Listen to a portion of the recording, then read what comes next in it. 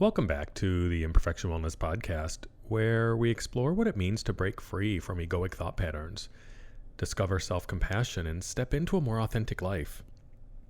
Today, we're talking about the transformative concept of forgiveness, and that's a tough one for me, and it might be for you as well. So if you're in that boat, I get it. If you've ever held on to anger or resentment, especially after being wronged, this episode's for you. And before we begin, head over to imperfectionwellness.com and get your free copy of Posley's Paradigm. It's a roadmap to wellness, and the concepts consist of 9 universal truths. And it's there to help you improve your mental health and wellness. And it's a free resource because I believe mental health is a human right, and we need to have access to all these resources. So I hope you'll take a look at that and see how it can help you on your wellness journey. Back to today's episode on forgiveness, and it's something I just kind of want to have a caveat about, that if you listen to nothing else in this episode but this kind of introductory overview, I think you'll get a lot out of it. And that is the idea that we forgive for ourselves. We forgive so we don't have to carry the emotional burden of hurt and anger any longer. And to be clear, forgiveness is not about making what happened okay, nor does it mean forgetting or excusing what was done. I want to be very clear with that. It's about us, and it's about setting ourselves free. And when we forgive, we do it on our terms, if and when we want to. It doesn't mean we forget. How can we? We'll probably always remember what happened, and that's okay. It also doesn't mean that what happened to us wasn't wrong. Forgiving doesn't make it okay. It also doesn't mean we're weak for forgiving. In fact, it gives us strength. It makes us stronger. And if we can't forgive, then we forgive ourselves for not being able to at this time, knowing we may or may not be able to at a later time. It's okay. We show ourselves self-compassion. This is your journey on your terms. And if there's something you need to forgive, you'll do so if and when you're ready. And with all that being said, for me personally, I think of forgiveness as releasing a heavy weight on your shoulders. A weight that for many of us we've carried for far too long. And I'll share a story with you that was a turning point for me, because there was a time when I held a very deep anger towards a relative who had already passed. And this person had hurt someone close to me, and it angered me to the core. Talking about it was a soapbox I'd frequently get on, and I was pretty indignant over what they had done. I was justified, and I felt justified in my anger. So much so that it was like carrying a badge of honor. And I felt righteous in saying that I was angry with them. And one day I was venting about it yet again, and my sister Sherry looked over at me with such compassion, and she's like, I know what happened wasn't right, but you're holding on to so much anger about this, and they're not even here anymore. Your anger's only hurting you. And I stopped dead in my tracks. I really heard what she was saying in that moment. And this calm washed over me, and it was as if a door opened in my mind, releasing all the anger and the resentment that I'd carried for years. And I instantly felt lighter, happier, and freer. I'm never going to forget what happened. And I'm not going to pretend that what happened was okay. But the burden was lifted, and I was able to remember some good times with this person and have many fond memories, because that anger and resentment was no longer mine to carry, and this was liberating for me. That's what forgiveness is about. Forgiveness doesn't erase the past, but it helps us release our grip on it so we can move forward. Knowing that we forgive on our terms when we are ready, if and when we want to, for ourselves, so we don't have to carry the burden. And let's think about this in a simpler way. Let's not talk about the tough things to forget, But think of the last time someone cut you off in traffic. It's so easy to get frustrated or even angry in that moment. But what if we take a step back and say, the person probably didn't do that on purpose? What if they were having a bad day? What if they were rushing to the hospital to help a friend or to be with a loved one? There's so many scenarios we can make up for why people are in a hurry or doing what they're doing. But the reality is we often don't know what the backstory is. And forgiving in these small everyday moments, like when someone cuts us off or when someone's words come out sharper than they intended, these are the opportunities for us to recognize our own humanness as well as theirs. Maybe that person who cut you off was just distracted. They weren't being malicious. And it's in those micro moments where forgiveness allows us to release the tension and regain our peace, our precious peace. Forgiveness is also tied closely with boundaries. When we forgive someone, it doesn't mean we have to befriend them or allow them back into our life.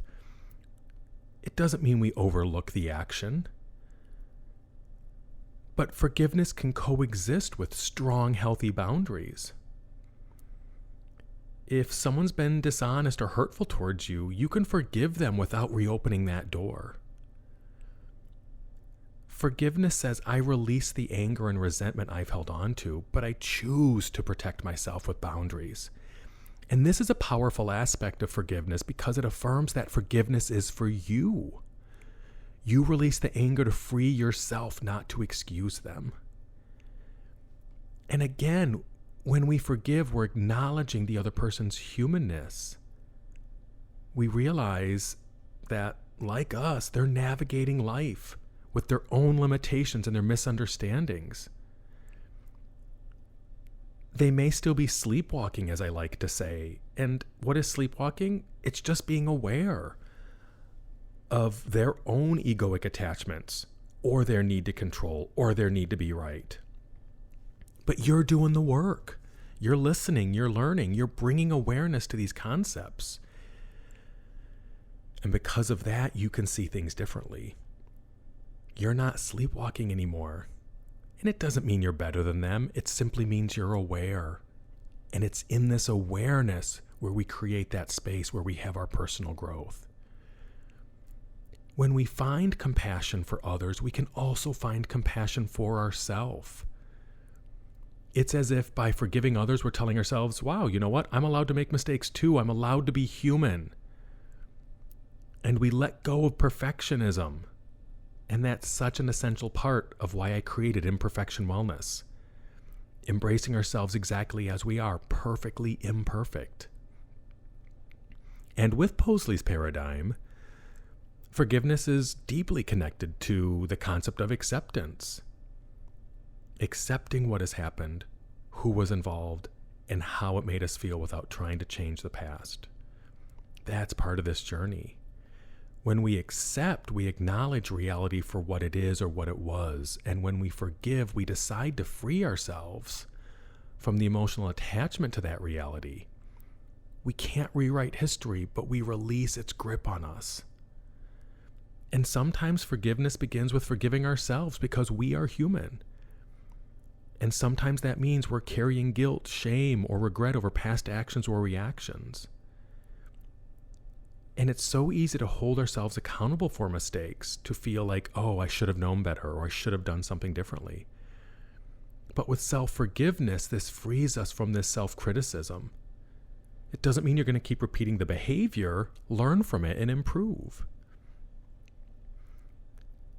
Self-forgiveness aligns with other concepts in the paradigm, whether it's acceptance or awareness.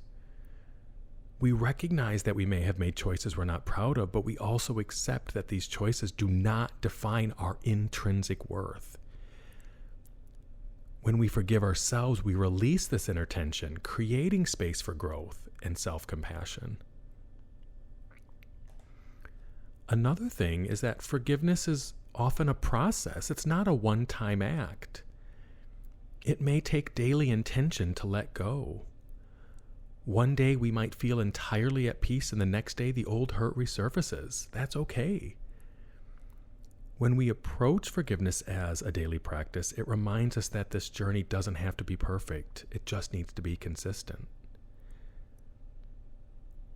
And also with awareness, it took my sister jolting me out of my story. The story I'd been telling myself for years. I didn't even realize it. So sometimes someone else might nudge you and be like, hey, in that moment, your awareness changes, and maybe you're able to let go. Maybe you can't forgive, but you can let go of the hurt, the hatred, the anger, the resentment. And again, letting go, another concept in the paradigm. And when we think of the daily practice, that daily practice is connected to the action concept in Posley's paradigm. We create an intention to do our best each day and then take steps each day to renew our decision to let go, allowing ourselves to heal bit by bit. And each time we choose forgiveness, we choose peace over resentment. Forgiveness is about progress, not perfection. And another thing I remind myself often, and I share with you here, is that forgiving someone doesn't mean we have to rekindle the relationship. Sometimes forgiving from a distance is what's healthiest. And this is particularly true if the person we're forgiving continues to cause harm. We can forgive while maintaining boundaries. Now, I know this is hard to do when it's a close friend, or maybe it's someone in a friendship circle, or if it's a family member. And I want to be clear, there's no one way to do this. You have to decide what's best for you in any given situation, and this is something that's fluid. It's you trying to be authentic to who you are. And tough choices may need to be made, and that's very personal and very individualized, so it's not one size fits all. But it is within you to make a decision that resonates with you when it comes to setting boundaries. Setting boundaries is something we're not really taught, or it's not talked a lot about, but it really is an act of self-respect, recognizing that our well-being matters. Forgiveness doesn't require proximity or intimacy. We can release our anger or resentment without needing the other person to be a part of our life, without the other person needing to know. Boundaries allow us to honor our needs and keep us grounded in our self-worth, and this can be a challenge. So you will do your best to navigate it as you see fit, and you might stumble. That's okay, because you're trying. I also think empathy plays a huge role in forgiveness. Again, going back to seeing another person's humanity, their struggles, their flaws, we soften. Now, this doesn't excuse harmful actions, but it does help us understand them from a broader perspective. Expand your sample size, expand your view, pull up to the 30,000-foot view so you're not as close to it. Put yourself in the sample size, because when we do that, we're better able to empathize. And sometimes that helps us release anger more easily. And not only having empathy for others, but empathy for ourselves. When we step back, when we broaden the perspective, we can possibly see the other person's struggles, and we recognize their humanity. Forgiveness doesn't erase the hurt, but it helps us acknowledge that we're all human, we're all imperfect. And all the concepts in the paradigm, including forgiveness, help us come back to living in present moment. And when we hold on to anger and resentment, this ties us to the past. It can sometimes control our thoughts, emotions, and actions. Forgiveness, on the other hand, is liberation from that bondage. And when we forgive, we reclaim our power and our autonomy. We're choosing peace over pain. And this ties into what I mentioned earlier, the lean in and let go concept. We lean into our emotions, we acknowledge them, and then we let them go. We don't let go of the memory, we let go of the emotional energy tied to it that's stored in us. We don't need to cling to the pain as a badge of honor like I used to. Instead, we choose to release it and reclaim our energy for us. And to be clear, not all forgiveness is unconditional. sometimes we may need to set conditions, especially if the other person continues to behave harmfully. So conditional forgiveness isn't less than, it's a way of protecting ourselves. Again, we make it work in a way that resonates with us, but we're trying, and that's what's key. And when we forgive in this conditional way, it allows us to remain mindful of these boundaries, respecting our need for safety and stability. It reminds us that we have a say in how we forgive, and that boundaries are a part of healthy forgiveness. I care so much about you that I'm setting boundaries. And another way or another aspect to think about forgiveness is that it doesn't always just apply to people. Sometimes we need to forgive circumstances, mistakes, painful events, or even forgive ourselves for how we reacted to a situation. This broader view of forgiveness allows us to release ourselves from the grip of the past.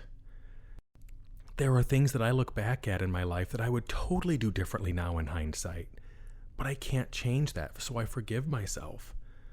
I allow that it happened. I allow my humanness. Forgiving situations aligns with acceptance, another concept in the paradigm, helping us release resistance to what we can't change. It's about seeing our lives as a journey and accepting each chapter without resentment. And forgiveness can be challenging when we should all over ourselves. Yes, I said it, should all over ourselves. I heard that years ago and I love it. By holding on to the shoulds in our life, we might think, oh, I should be over this by now. Oh, they should have known better. Oh, they shouldn't have done that. These expectations make forgiveness harder by imposing rigid standards on ourselves and others. But when we stop shoulding all over ourselves and let go of should thinking, we make space. We make space for the forgiveness journey and knowing that sometimes forgiveness will happen in its own time. And oftentimes we hear that forgiveness, makes you soft or weak. And I disagree because, it's not you're a winner if you, stand strong and you're a loser if you bow to forgiveness. No. In truth, it takes strength to do this work. You are strong for embarking on this work. And releasing anger, resentment, or pain requires courage and resilience and vulnerability. Choosing to forgive, especially when we're justified in our anger, it's an act of self-empowerment. It's a way of affirming our strength, choosing compassion, and honoring our peace. So forgiveness isn't about weakness, it's about choosing a path that honors our well-being. Something I said at the beginning, I want to repeat because I have talked with several people over the years of what a challenge forgiveness can be. And the people I've talked with have not only struggled with forgiving someone else, but forgiving themselves. So remember, we forgive if and when we want to, on our terms, knowing that something that happened recently versus something that happened years ago may be viewed differently. But we are worth forgiving if we need to forgive ourselves. We start with self-compassion. And I talked with a dear friend who really struggles with this concept of self-forgiveness. Because we're holding on to the past and we're wearing it as that badge of honor. It's become part of our identity. Our ego has so associated with it. And forgiveness isn't going to happen today then in that situation. But by bringing awareness to it, creating micro space, over time, we may be able to forgive ourselves, to love ourselves, knowing we are worth it, knowing we are enough. And when we look at forgiveness, it may be easier to forgive something from several years ago versus something that happened last week. Or not. That's okay. There are no rules. If there's a way you can find if you can find a way to release the emotional burden, release it. If you can't, be okay with that. You tried. Forgiveness is but one step, and you may feel it may not be time to forgive based on what happened. That's when we bring in the self-compassion, bring in the empathy, and find other ways to release the emotional energy so you don't have to carry it. And that ties in with this concept that forgiveness is so often framed as something we give to someone else. But it's not. It's a profound gift we give ourselves. And that's why I say we're worth it. We have inherent worth. When we talk next week about affirmations and gratitude, the paradigm affirmation is I am beautiful, I am strong, I am worth it, I am enough. We aren't taught that. So it's hard sometimes to forgive ourselves. But going back to that concept of something we give to another person, yet it's really for ourselves, when we forgive, we're not necessarily trying to absolve someone of their actions. It's not about that. As I've said several times, it's about freeing ourselves from being tethered to a painful past, holding on to it, and instead letting go so we can open up room for joy and peace and presence in our lives. Forgiveness is the gift you give yourselves. It means releasing the emotional attachment to that memory, deciding that it no longer has the power to control our present mood, our actions, or our self-worth. We won't forget what happened, but we can choose to be free from the anger, pain, and resentment. And it takes courage and inner resilience to let go of that bitterness, which is why it's a process. This choice is one of strength, not weakness. And by forgiving, we're not being passive or resigned. We're consciously choosing a path of healing and liberation. And that reverberates out from you. People will know it. When we're ready and we forgive, we reclaim our power from the past.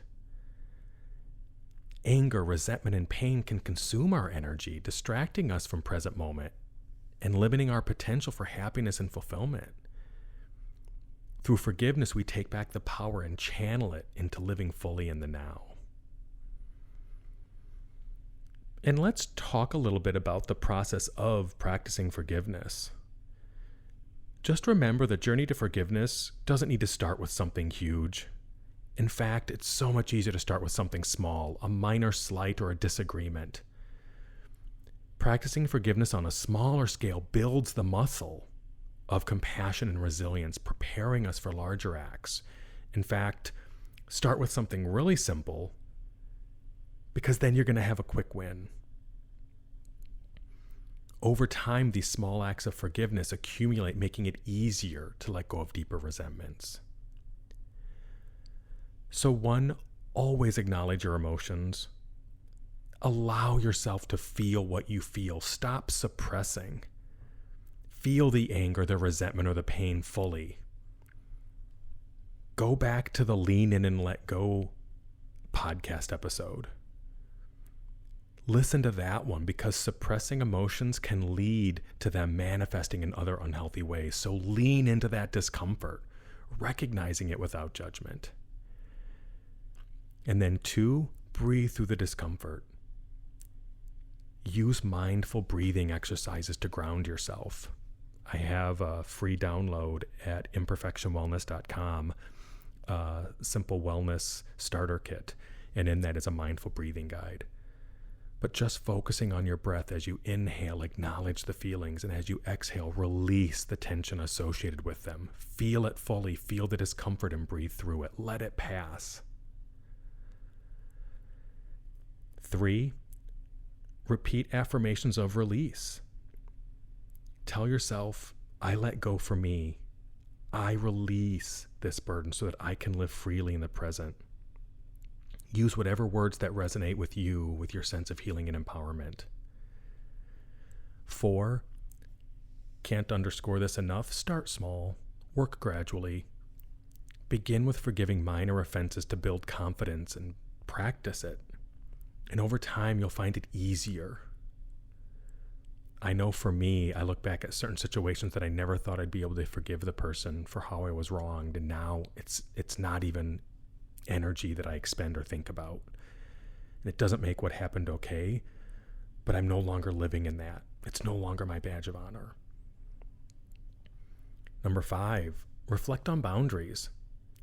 If the person or situation you're forgiving was hurtful, decide what boundaries you need, whether they're temporary or long-term.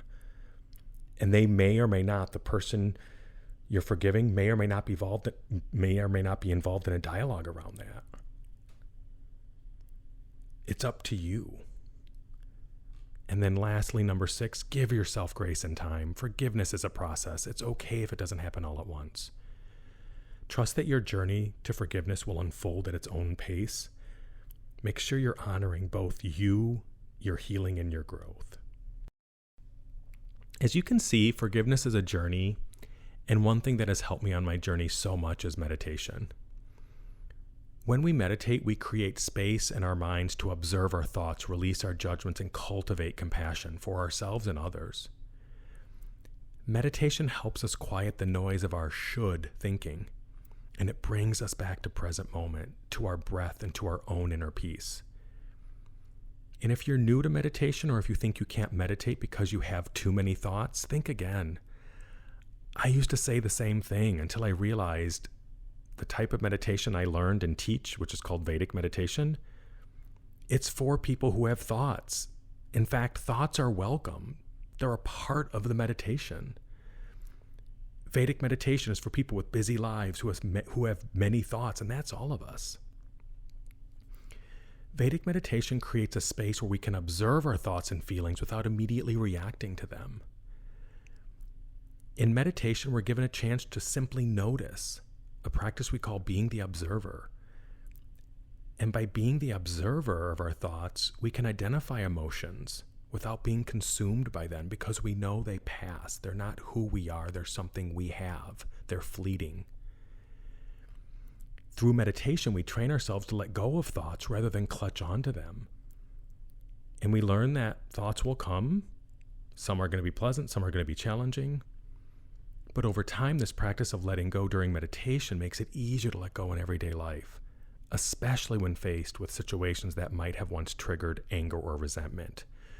We move from reacting to life to responding, because when we respond, we have intention behind it. Let's say you're holding on to anger from an argument. Meditation helps you pause, breathe, and observe that feeling and let the feeling come up and pass out. That feeling leaves. The energy around that feeling can leave. And with practice, you learn to let that feeling pass like a wave, allowing it to come and go without defining you. Am I an angry person, or do I just feel angry right now? Maybe I just feel angry right now, and I know this will pass. And that's empowering because you realize you don't have to carry that anger with you. You have the freedom to let it go. And as I said, the meditation practice I teach is for people who feel like they have too many thoughts or they're too busy. It's designed for those of us who have a lot on their minds and who are pulled in different directions, which is basically everybody. Meditation is also about building resilience. It's about learning to let go of the thoughts that don't serve us and embrace a sense of peace, even amidst the busiest, noisiest parts of our day. And this peace, this ability to observe and release, can be life-changing when it comes to forgiveness.